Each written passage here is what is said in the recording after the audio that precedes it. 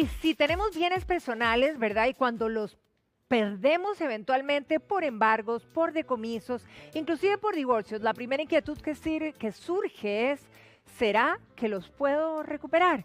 Bueno, justamente está el licenciado Cristian Zamora con nosotros para ahondar en este tema. Cristian, muy buenos días, bienvenido. Muy buenos días, Patricia, gracias por la invitación. Cristian, queremos invitar a todo el público para que estén atentos porque estamos en vivo en Facebook, Facebook Live, para que usted pueda hacer sus consultas y aquí en vivo, así tal cual, el abogado se las responderá. Cuénteme, a ver, si uno tiene un bien, ¿el bien puede estar a nombre solo de uno o puede estar también de un grupo de personas o diferentes situaciones? Sí, lo que son bienes registrables, ¿verdad? Lo que está en el registro público, como los vehículos o las propiedades, ustedes las pueden poner a nombre de varias personas. De hecho, es curioso que algunos no conocen que un vehículo hay parejas que lo ponen 50% de uno y 50% de otro.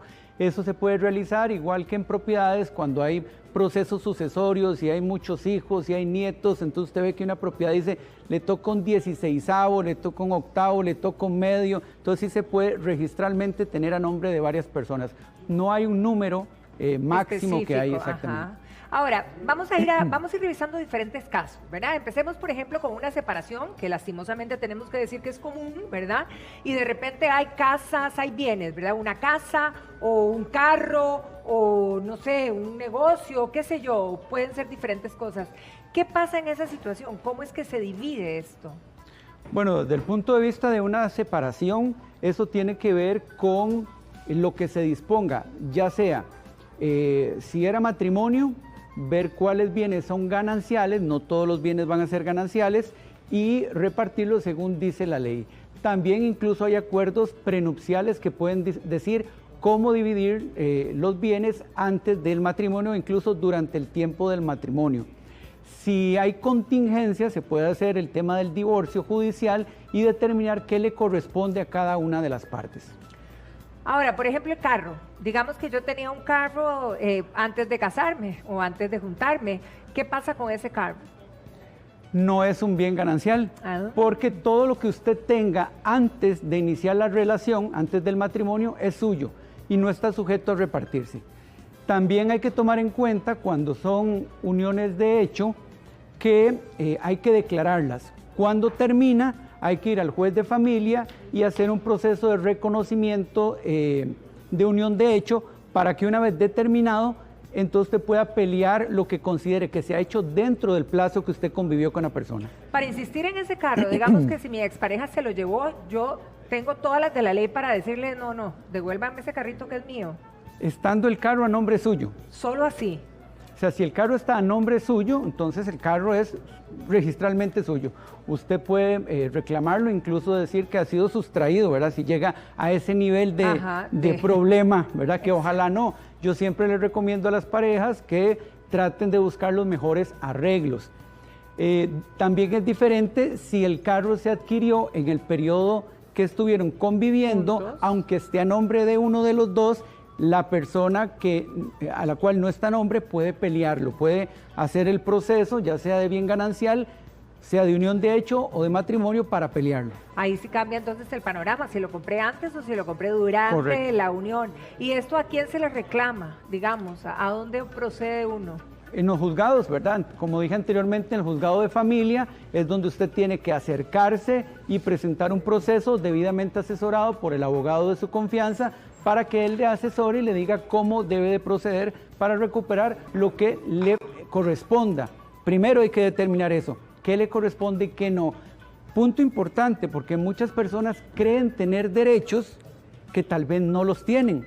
Y caso contrario, hay personas que tal vez no saben que tienen un derecho, no lo pelean por desconocimiento. Por eso es importante asesorarse.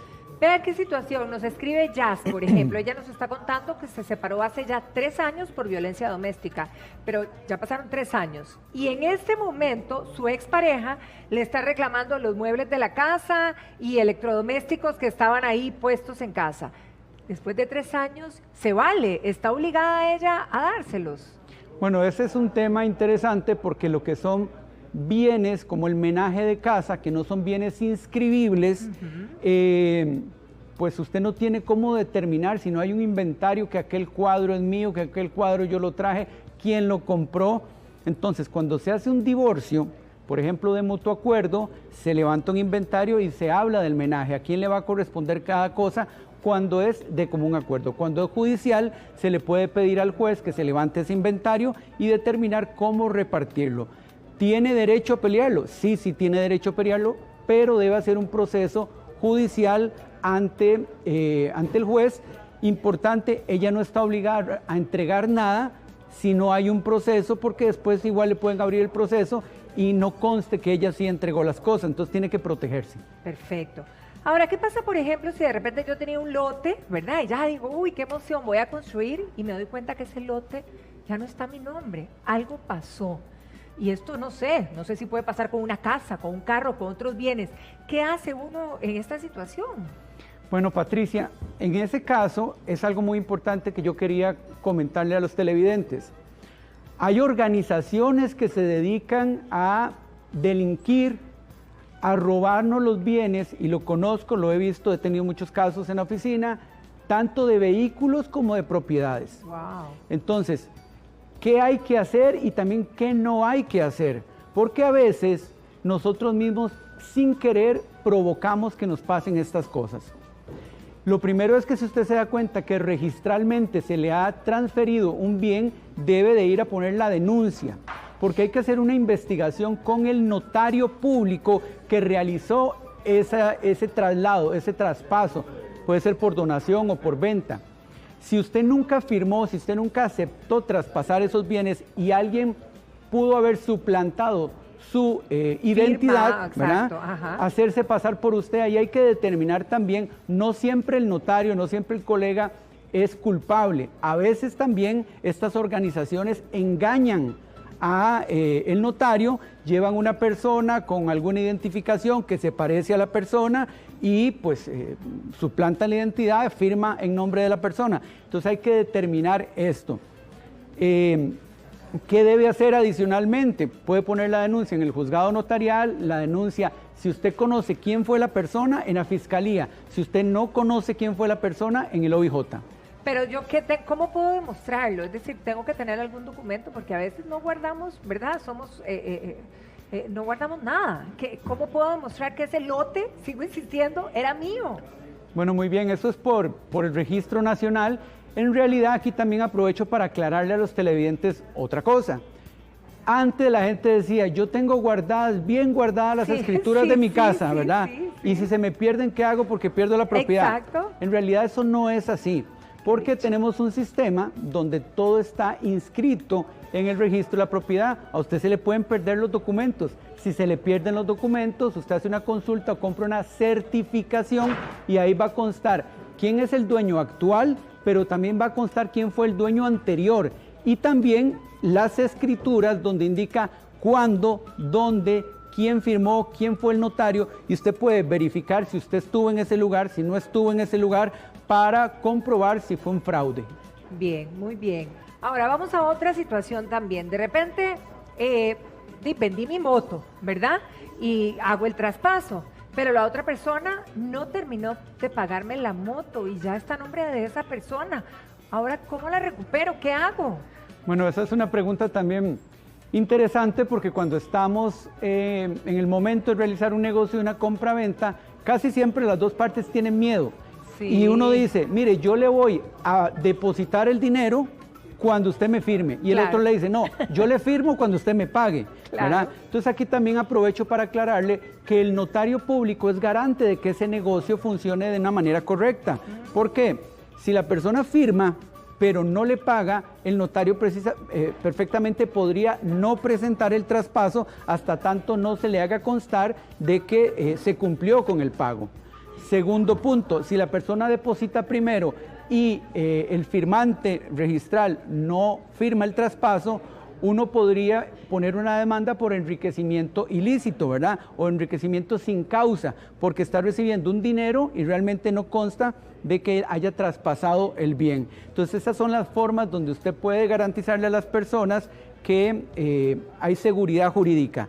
Pero si usted ya traspasó y quedó con una deuda por pagar, un crédito, ¿verdad? Yo le dejé una prenda, una hipoteca, esa es la forma de respaldarse. Si vende un vehículo, usted prenda el vehículo, o sea, pone de garantía el vehículo. Si no le pagan, usted recoge el vehículo. Si usted vende una propiedad, la hipoteca, si no le pagan, usted puede recoger, hacer una ejecución hipotecaria. ¿Cuánto tiempo puede pasar, digamos, para hacer esa ejecución? O sea, para recuperar mi bien. Bueno, hay una prescripción decenal de 10 años. ¿10 años? 10 años, pero esto no es... No me asuste. Vamos a ver, los 10 años es el tiempo en el que prescribe el derecho, no que usted tiene que esperarse 10 años para esto, no. Una vez vencido uno de los tractos, supongamos que usted dejó una deuda de 1 millón en 10 pagos de 100,000 colones. Ajá. Y a usted no le pagan el primero, entonces ya en ese momento usted puede presentar la ejecución, no tiene que esperarse mucho tiempo más. Con solamente uno de los tractos vencidos puede hacer la ejecución y respaldarse con el bien de garantía. Ok, entonces esa sería la forma. Ahora, hay preguntas sobre los embargos, ¿verdad? En la gente que nos está siguiendo. Lorena, en este caso, que está siguiendo por un proceso de embargo y ella tiene efectivamente miedo de perder sus cosas. ¿Hasta qué punto esto verdaderamente procede? Bueno, vamos a ver, ahí está el tema de si yo tengo una deuda, puede ser que esa deuda esté garantizada o con una prenda o con una hipoteca o esté garantizada por un pagaré o una letra de cambio. El acreedor, la persona a la que yo le debo, tiene todo el derecho de cobrar lo que yo le debo. Por lo tanto, puede hacer un proceso judicial y ese proceso judicial va, si es prendario o hipotecario, tener garantía real en ese momento y si no, va a poder irse como un cobro judicial general contra embargo de cuentas, embargo de salario, para que se cobre efectivamente esta deuda que tiene, ¿verdad? Ahora, ¿hay un tiempo determinado en que se puede hacer efectivo ese embargo? Es decir, para hacer yo la cobranza de lo que me deben, ¿o puede pasar mucho tiempo, digamos, para proceder? Ahí estaríamos hablando del tema de la prescripción. Si yo tengo una deuda exigible, pues tengo que presentar el proceso. Si yo tengo la deuda y pasan normalmente 4 años, yo podría perder el derecho judicial de cobro, ¿verdad?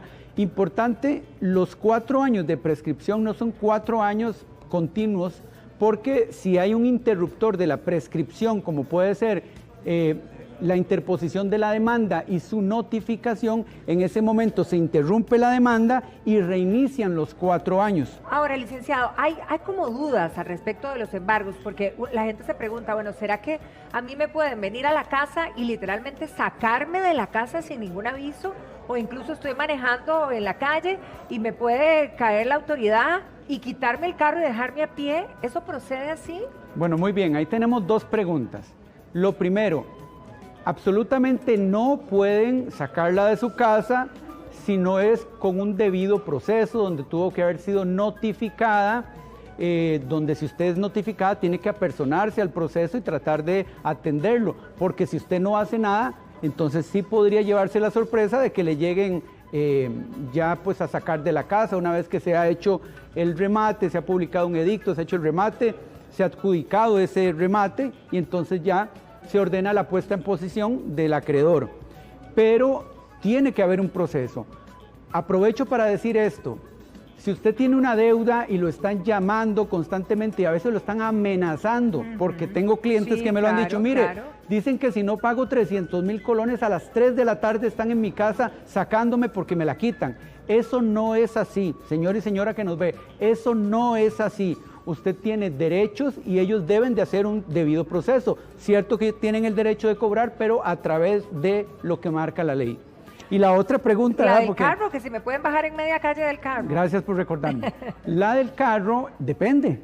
Si usted tiene la deuda, se hizo el debido proceso, usted se le notificó, pueden perfectamente contratar un capturador que va con una orden judicial y decirle en vía pública. Hay 2 formas de hacerlo. En vía pública no requiere una orden de allanamiento, si está en una propiedad privada sí requiere una orden para ingresar, pero perfectamente le pueden decir, disculpe, pero este carro tiene una orden de embargo y nos lo vamos a llevar, y se nombra un depositario. para que resguarde ese bien, porque el embargo lo que busca es garantizar mediante un bien el pago de la deuda que existe.